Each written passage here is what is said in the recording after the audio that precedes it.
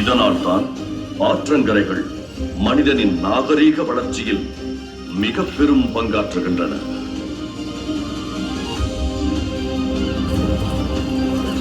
ஆற்றங்கரை பண்பாடு, ஆற்றங்கரை நாகரிகம் தான் நம்ம அடையாளப்படுத்துறோம். நைல் நதி நாகரிகம் எகிப்துல, சுமேரியாவோட யூப்ரட்டிஸ் டைக்ரீஸ், இந்திய துணைக்கண்டத்துடைய வடமேற்கு பகுதியில் வந்து சிந்துவெளி நாகரிகம் என்று நாம் அடையாளப்படுத்தி பேசி வருகிறோம். தமிழ்நாட்டின் நிலப்பரப்பு ஏராளமான ஆற்றங்கரைகளை கொண்டிருக்கும் வளமான பகுதி. பாலாறு, தென்பெண்ணை, காவிரி, வைகை என தமிழ்நாட்டின் நிலப்பரப்பை செழுமையாக்கிக் கொண்டிருந்தாலும் அதன் தென்பகுதியில் பாயும் பொருணை எனும் மகத்தான ஆறானது தென்னிந்தியாவின் நாகரீக தொட்டில் என புகழப்படும் அளவிற்கு இந்திய வரலாற்றறிஞர்கள் மட்டுமல்லாமல் உலக வரலாற்றறிஞர்கள் அனைவரும் திரும்பி பார்க்கும்படியான நாகரீக சான்றுகளை அள்ளிக் கொடுத்திருக்கின்றன.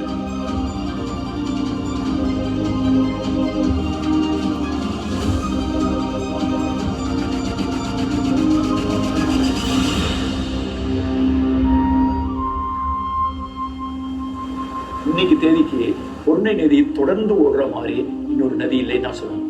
தொடர்ந்து பெருக்கெடுத்து ஓடுகிற வற்றாத மிகச்சிறந்த நதியாக, ஒரு பண்பாட்டு நதியா பொருணை நதி இருக்கு.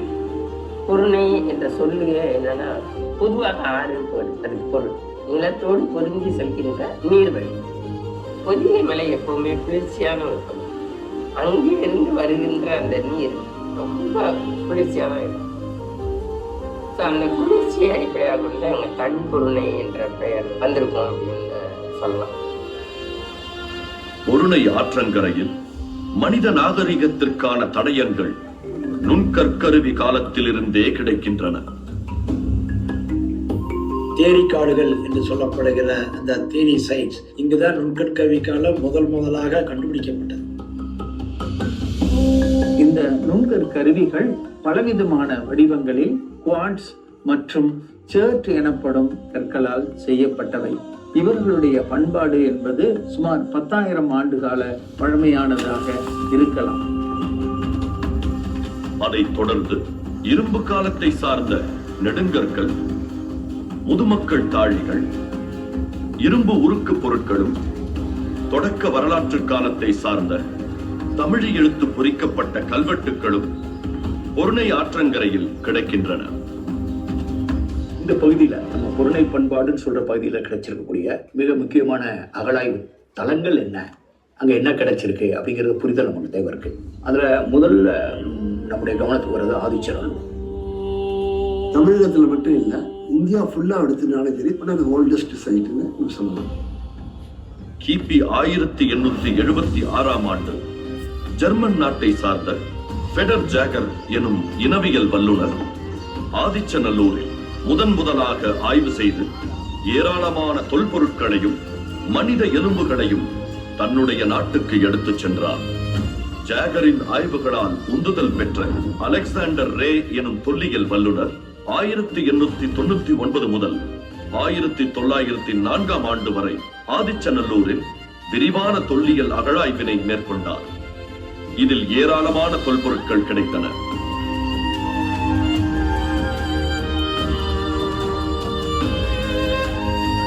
அதற்கு பின் 100 ஆண்டுகள் கழித்து 2004 ஆண்டு ஒன்றிய அரசு தொல்லியல் துறை ஆதிச்சநல்லூரில் அகழாய்வு செய்தது. இதில் 185 முதுமக்கள் தாழிகளும் ஏராளமான தொல்பொருட்களும் கிடைத்தன. மீண்டும் 2021-23 ஆண்டுகளில் ஒன்றிய அரசு தொல்லியல் துறையால் ஆதிச்சநல்லூரில் நடத்தப்பட்ட அகழாய்வுகளில் அலெக்சாண்டர் ரே கண்டெடுத்த தொல்பொருட்களை ஒத்த ஏராளமான தொல்பொருட்கள் வெளிக்கொண்டு வரப்பட்டன.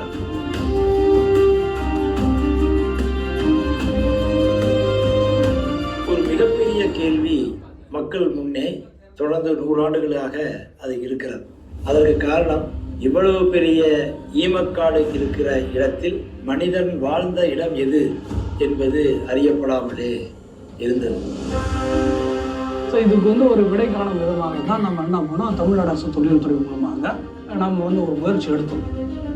எங்களுடைய முழு நோக்கமே வந்து இங்கே வந்து ஒரு ஹேபிடேஷன், மக்கள் வாழ்விட பகுதி, அந்த இடத்த கண்டுபிடிக்கிறது மட்டும் தான் எங்களோட குறிக்கோளாக இருந்தது மெயினாக. ஆதிச்சநல்லூர் பகுதியில் வாழ்ந்த தொல்தமிழர் வாழ்விட பகுதியினை கண்டறியும் முயற்சியில் தமிழ்நாடு அரசு தொல்லியல் துறை ஆய்வாளர்கள் 2021ஆம் ஆண்டு முழு முயற்சியில் களமிறங்கினர். ஆதிச்சநல்லூர் புதைப்பிட பகுதியினை சுற்றி இருக்கும் வீரலப்பேரி, புளியங்குளம், தற்போதைய ஆதிச்சநல்லூர் கிராமம் ஆகிய இடங்களில் தொல்லியல் ஆய்வாளர்கள் அகழாய்வு செய்தனர்.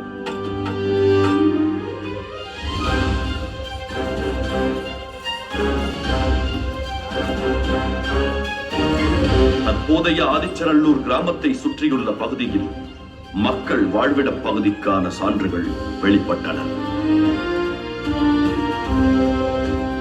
மக்கள் வாழ்விட பகுதியை நாங்க அகழ்வாராய்ச்சி மூலமா வெற்றிகரமா கண்டுபிடிச்சோம். அது ரொம்ப உணர்ச்சிகரமான தருணமா இருந்தது. ஆதிச்சநல்லூர் பக்கத்துல இருக்க ஏரி பகுதியில தான் பண்டைய கால மக்கள் வாழ்ந்திருக்காங்க. இப்போ அது நீர்பிடிப்பு பகுதியா மாறினதால மக்கள் வந்து தற்போதுள்ள ஆதிச்சநல்லூர் கிராமத்துக்கு இடம்பெயர்ந்திருக்கணும். இதற்கான தொல்லியல் சான்றுகள் எங்களுக்கு அகழ்வாராய்ச்சி மூலமா நிறையவே கிடைச்சிருக்கு. இரும்பு பொருட்கள், குறியீடுகள் பொறித்த பானை ஓடுகள், புதைவிட பகுதியில் கண்டறியப்பட்டதை ஒத்த பல்வேறு வகையான வெள்ளை வண்ணம் பூசப்பட்ட பானை ஓடுகள் என மக்கள் வாழ்விடத்திற்கான சான்றுகள் ஏராளமாக வெளிப்பட்டன. அதே போல ஆதிச்சநல்லூர் வாழ்விட பகுதியின் காலத்தை உறுதி செய்வதற்கான கரிம மாதிரிகளும் அகழாய்வு குழியிலிருந்து கண்டறியப்பட்டன. ஆதிச்சநல்லூர்ல கிடைச்ச அந்த கரிமப் பொருளை வந்து ஆய்வு கணிச்சிருக்காங்க, பீட்டா அனலிட்டிக்கல் புளோரிடால. அதுல இருந்து கிடைத்திருக்கக்கூடிய முடிவு அப்படி வந்து என்னன்னா கிமு 2522 அப்படின்னு ஒரு தேதி கிடைச்சிருக்கு. இன்னைக்கு 4500 ஆண்டுகளுக்கு முன்னால அந்த பகுதியில மக்கள் வாழ்ந்தார்கள், குடியிருப்பு இருந்ததற்கான ஆதாரம்.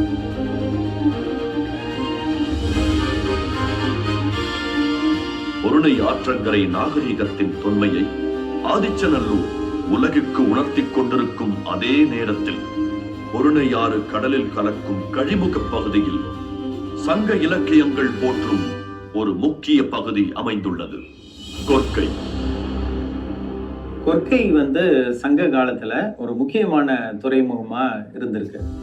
ஏராளமான சங்க இலக்கிய பாடல்கள் கொற்கையை பற்றியும் கொற்கையின் முத்தை பற்றியும் சிறப்பாக குறிப்பிடுவதோடு பெரிப்ளஸ் ஆஃப் த எரித்ரியன் சீ எனும் கிரேக்க கடல் வழி பயண நூலும் தாலமி, பிளினி போன்ற அயல் நாட்டவரின் குறிப்புகளும் கொற்கையை பற்றி சிறப்பாக குறிப்பிடுகின்றன. 1876ஆம் ஆண்டு ராபர்ட் கால்வெல் கொற்கையில் ஒரு சிறிய அளவிலான அகழாய்வினை முதலாக மேற்கொண்டார். அதற்கு பின் தமிழ்நாடு அரசு தொல்லியல் துறை தொடங்கப்பட்டவுடன் தன்னுடைய முதல் தொல்லியல் அகழாய்வினை 1967ஆம் ஆண்டு கொற்கையில் நடத்தியது. அதைத் தொடர்ந்து 2021ஆம் ஆண்டு தமிழ்நாடு அரசு தொல்லியல் துறை ஆய்வாளர்கள் கொற்கையில் ஒரு விரிவான தொல்லியல் அகழாய்வினை மேற்கொள்ளும் முயற்சியில் களம் இறங்கினார்.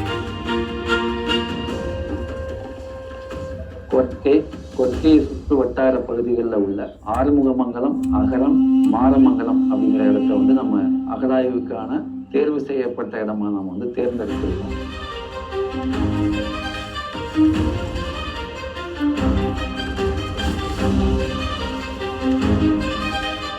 கொற்கை தொல்லியல் அகழாய்வில் சங்க காலத்தை சார்ந்த செங்கல் கட்டுமானங்களும் பல்வேறு நாடுகளுடன் வணிகம் நடத்தியதற்கான சான்றுகளாக அயனக பானை ஓடுகளும் வெளிக்கொண்டு வரப்பட்டன. மேலும் சுடுமண்ணால் ஆன வடிகட்டும் குழாய்கள், குறியீடுகள் மற்றும் தமிழி எழுத்து பொறிக்கப்பட்ட பானை ஓடுகள், வட்ட சில்லுகள், சுடுமண் சிற்பங்கள், பல வகையான மணிகள், சங்கு வளையல்கள் என ஏராளமான தொல்பொருட்கள் வெளிக்கொண்டு வரப்பட்டன. இப்ப நம்ம கண் முன்னால் கிடைக்கிற எல்லா சான்றுகளையும் மொத்தமா வச்சு பார்த்தா கொற்கை வந்து ஒரு காலத்தில் மிக முக்கியமான துறைமுகமாக இருந்திருக்கும் என்பது தெளிவாகிறது.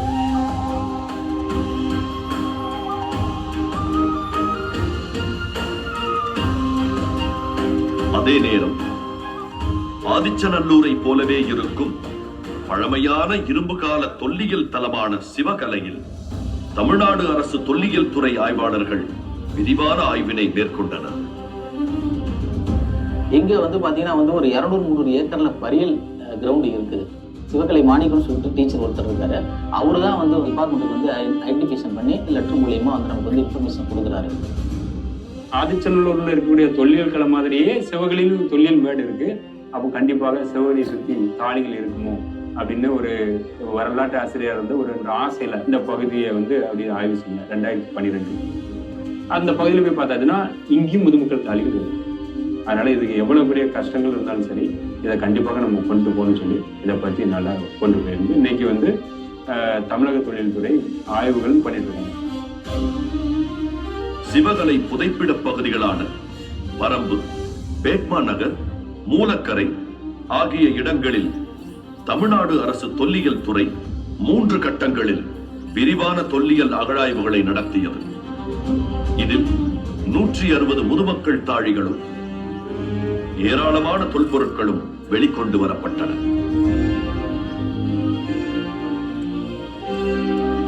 அகழாய்வுல ஒரு முக்கியத்துவம் இருக்கு. என்னன்னு கேட்டீங்கன்னா, இந்த சிவகலை முதுமக்கள் தாழியில படையல் பொருளாக நெல்மணிகள் வைக்கப்பட்டது.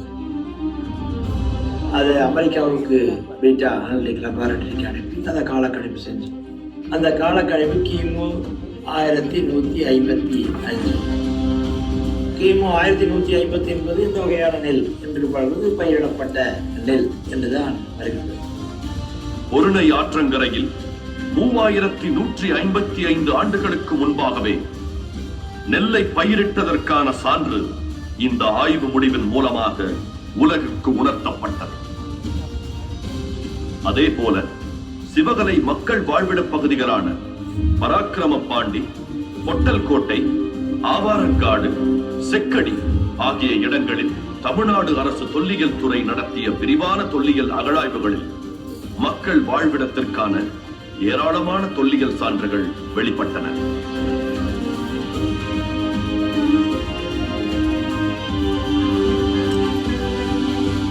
இந்த அகழாய்வுகள்ல தமிழி எழுத்துக்களில் எழுதப்பட்ட பானை ஓடுகளும் கிடைத்திருக்கின்றன. அந்த அடுக்கில் கிடைச்ச ஒரு கரிமப் பொருளை ஆய்வுக்கு அனுப்பும் போது அறிவியல் பூர்வமாக ஒரு விடை கிடைத்திருக்கிறது. அதனுடைய வயது கிமு 685. கிமு 7ஆம் நூற்றாண்டிலேயே தமிழர்கள் மத்தியில் எழுத்தறிவு பரவலாக இருந்தது என்பதை சிவகலை ஆய்வு முடிவு அறிவியல் அடிப்படையிலான காலக்கணிப்பு மூலம் உறுதி செய்தது. அதே நேரத்தில் எழுத்தறிவு சார்ந்த முக்கிய சான்றுகள் சிவகலைக்கு அருகே நம்பியாற்றின் கரையில் அமைந்திருக்கும் துலுக்கர்பட்டி மக்கள் வாழ்விட பகுதியினை அகழாய்வு செய்த போது கிடைத்தன. இந்தியாவிலேயே அதிக அளவிலான குறியீடு கொண்ட பானையோடுகள் தமிழகத்துல துலுக்கர்பட்டி அகழாய்வுல தான் நமக்கு கிடைச்சிருக்கு. 4800க்கு மேற்பட்ட குறியீடு கொண்ட பானையோடுகள் இந்த ஆய்வுல நாங்கள் கண்டெடுத்திருக்கோம். இந்த குறியீடுகளை சிந்து சமவெளி பானை ஓட்டில் இருக்கக்கூடிய குறியீடுகளை ஒப்பிட்டு ஆய்வு செய்த போது சுமார் 60% நமக்கு ஒத்து போகுதுன்றது இந்த ஆய்வுல நமக்கு தெரியும். அதே நேரத்தில் சிவகலை அகழாய்வில் முதுமக்கள் தாழிகளிலிருந்து பலவிதமான இரும்பு பொருட்கள் வெளிக்கொண்டு வரப்பட்டன. இதன் மூலம் இரும்பின் தொன்மை குறித்தான ஒட்டுமொத்த உலக பார்வையை திருத்தி அமைக்கப்பட்டது. தமிழர்களுடைய தொன்மையை உலகத்துக்கு சொல்ற ஒரு மாபெரும் ஆய்வு பயணத்தை இப்போ நான் அறிவிக்க போகிறேன். It is so imperative that this story now be told to not only an Indian national audience but all over the world. Tamil நிலத்தின் வரலாற்றை உலகமே திரும்பி பார்த்ததாக தொல்லியல் ஆய்வாளர்கள் தெரிவித்துள்ளனர்.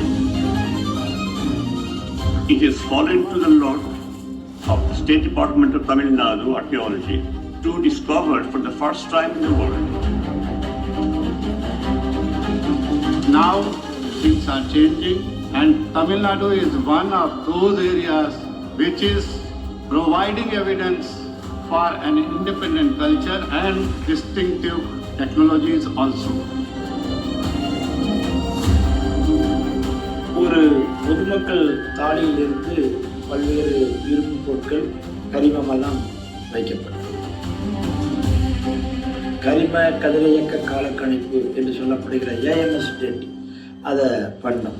4 காலங்கள் 2500க்கும் 3000க்கும் இடையிலும், பிறகு 2 காலக்கணிப்புகள் 3000க்கு மேலே 3345 வரையும் சென்றன. இருந்தாலும் கூட எங்களுக்குள் மீண்டும் எங்களுடைய நன்றியை ஏற்றுக்கொள்ள வேண்டும் என்பதற்காக அந்த பொதுமக்கள் தாலிகளையே காலக்கணிப்பு செய்தோம். அதற்கு தான் ஓஎஸ்எல் டேட் என்று அழைக்கப்படுகிற அந்த காலக்கணிப்பை லக்னோவில் இருக்கிற பிஎஸ்ஐபி இந்த ஆய்வுக்கூடத்தில் அனுப்பினோம். அதே மொத்த காலக்கணிப்பு வந்தது. பிஆர்எல் என்று சொல்லப்படுகிற பிசிக்கல் ரிசர்ச் லெபார்டரி அதே மட்பாண்டத்தை அங்கு அனுப்பினோம். அவர்களும் அதே காலக்கணிப்பை தந்தார்கள். இன்றைய நிலையில் உலகத்திலேயே காலத்தால் முந்திய இரும்பு கிடைத்தது தமிழகத்தில் தான் என்பது அது முதலாக இந்த காலக்கணிப்பு மூலம் உறுதி செய்யப்பட்டது. அறிவியல் பூர்வமாக இந்த தொல்லியல் முடிவுகளை சான்றுகளின் அடிப்படையில் உலகம் அறிவுலகம் ஏற்றுக்கொள்ளும் வகையில் நாம் இன்று நிறுவியிருக்கிறோம். We have found out some very interesting facts about the Iron Age of this date. When the Iron Age was in existence in this part of the country, Indus was in the Bronze Age. இந்திய நாட்டுக்கு மட்டுமல்ல, உலகுக்கே சொல்றேன், தமிழ் நிலப்பரப்பிலிருந்து தான் இரும்பின் காலம் தொடங்குச்சு. இந்த மாபெரும் மானுடவியல் ஆய்வு பிரகடனத்தை அறிவிக்கிறேன்.